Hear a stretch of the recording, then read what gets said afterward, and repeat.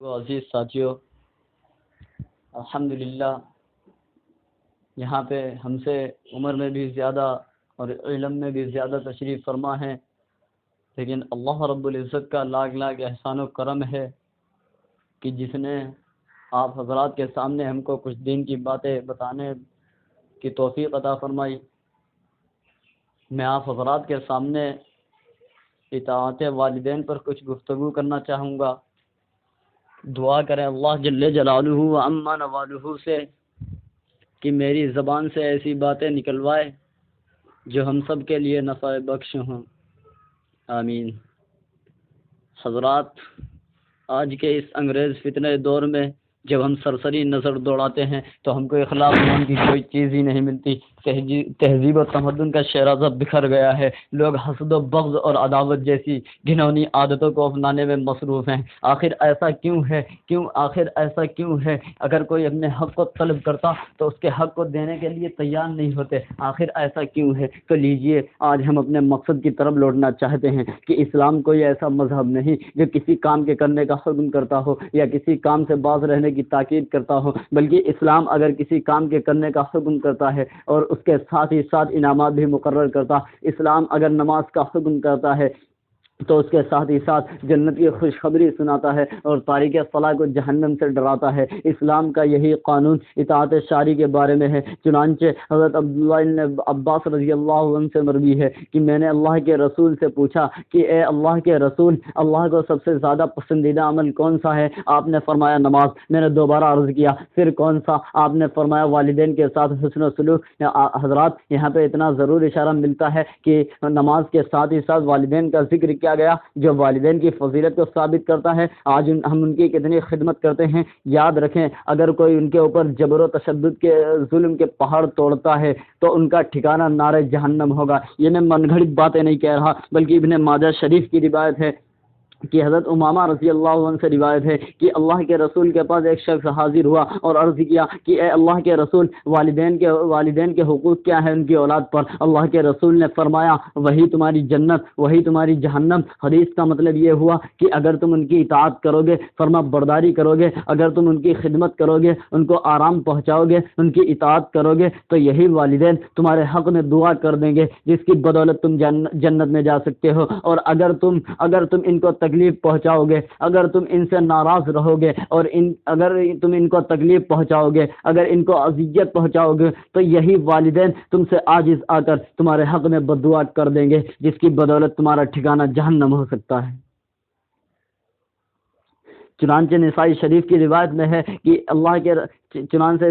نسائی شریف کی روایت میں ہے کہ ایک صحابی اللہ کے رسول کے پاس حاضر خدمت ہوئے اور عرض کیا کہ اے اللہ کے رسول، ان سال میرا بھی ارادہ ہے، میری بھی تمنا ہے کہ میں بھی جہاد میں شریک رہوں، آپ سے مشورے کے لیے حاضر خدمت ہوا ہوں۔ اللہ کے رسول نے فرمایا کہ تمہاری والدہ زندہ ہیں؟ کہا جی ہاں، میری والدہ بقید حیات ہیں۔ کہا ان کے پاس جاؤ، ان کی خدمت کرو کیونکہ ماں کے قدموں کے نیچے جنت ہے۔ سبحان اللہ، تو کہتے چلیے۔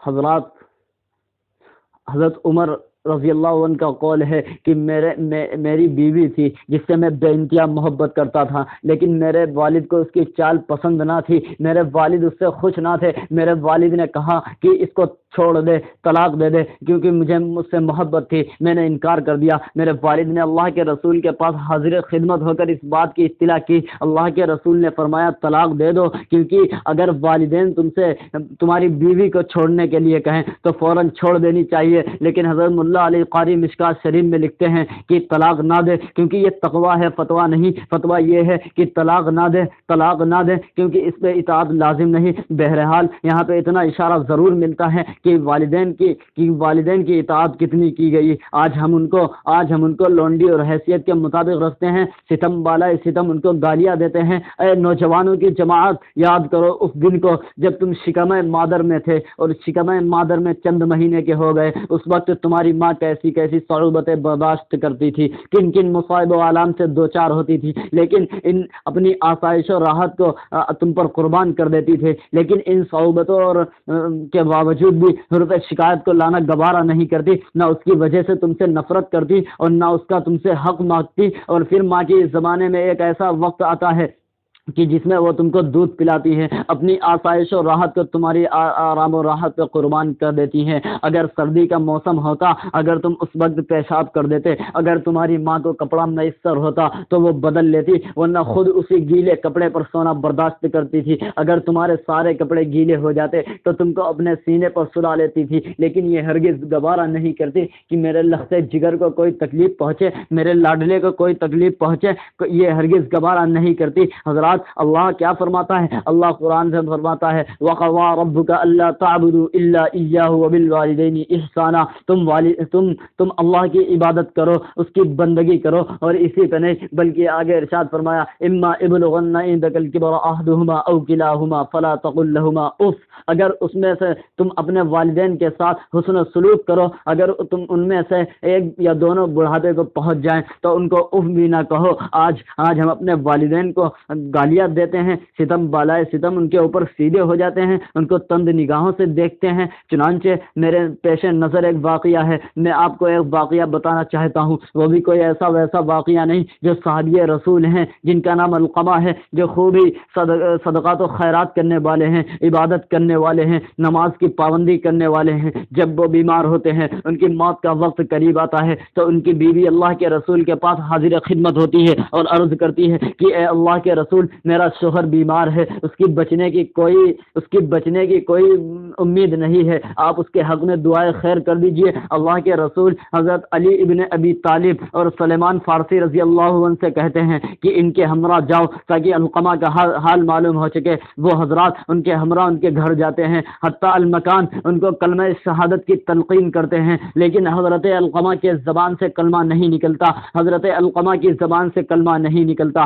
ہاں صحابی رسول ہیں، ان کی زبان سے کلمہ نہیں نکل رہا، ان کی زبان سے کلمہ نہیں نکل رہا۔ اللہ کے رسول فرماتے ہیں ان کی والدہ زندہ ہیں؟ کہا جی ہاں، ان کی والدہ وقید حیات ہیں، نہایت ہی کمزور اور ضعیفہ ہیں۔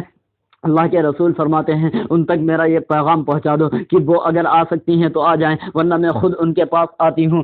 چنانچہ وہ ضعیفہ عورت اللہ کے دربار رسولت میں حاضر ہو کر سلام کر بیٹھ جاتی ہیں۔ اللہ کے رسول فرماتے ہیں دیکھو، میں جو تم سے سوال پوچھوں اس کا ٹھیک ٹھیک جواب دینا، ورنہ وزریہ اس کا وہی معلوم ہو جائے گا۔ اللہ کے رسول فرماتے ہیں بتا تمہارا لاڈلا، تمہارا بیٹا علقمہ کیسا ہے؟ وہ کہتی ہے وہ تو نہایت ہی صوم الصلاح ہے، وہ تو نہایت ہی صدقات و خیرات کرنے والا ہے۔ اللہ کے رسول فرماتے ہیں نہیں بلکہ یہ بتا کہ تمہارے ساتھ اس کا معاملہ کیسا ہے؟ اللہ کے رسول فرماتے ہیں کہ تمہارے ساتھ اس کا معاملہ کیسا ہے؟ وہ ضعیفہ عورت کہتی ہے کہ یہ اپنے والدین کو میری طرف سے ترجیح دیتا ہے، جو کچھ لاتا ہے اپنی بیوی کے لیے لے جاتا ہے، اس کی وجہ سے میں ناراض ہوں، اور کوئی بات نہیں ہے جس کی آپ سے شکایت کی جائے۔ اللہ کے رسول فرماتے ہیں ناراضگی کی وجہ سے جوان جو ہے زبان رک گئی، ناراضگی کی وجہ سے زبان رک گئی۔ اللہ کے رسول فرماتے ہیں کہ اے سلیمان فارسی،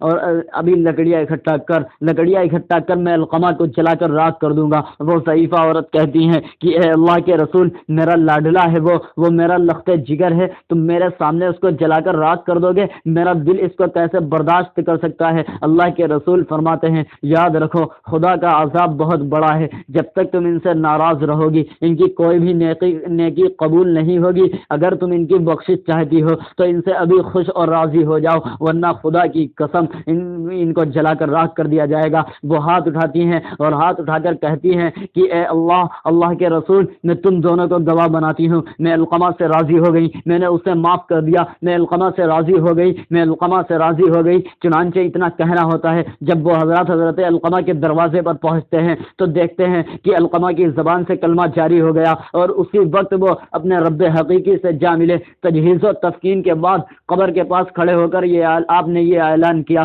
کہ اے انصار اور مہاجرین کے لوگوں سن لو، اگر کوئی اپنی والدین کی طرف سے اپنی بیوی کو ترجیح دیتا ہے اور ان کو تکلیف پہنچاتا ہے تو اس کا ٹھکانہ جہنم ہوگا۔ خدا کی قسم، جس کے والدین ناراض ہوں گے اس کی کوئی عبادت مقبول نہیں ہوگی۔ جس کے والدین ناراض ہیں تو اللہ بھی ناراض ہے، اگر والدین خوش ہیں تو اللہ بھی خوش ہے، اگر والدین کو ناراض کیا تو اللہ ناراض ہو جائے گا، اور اگر اللہ ناراض ہو گیا تو آخرت میں ہمارا ٹھکانہ نہیں ہوگا۔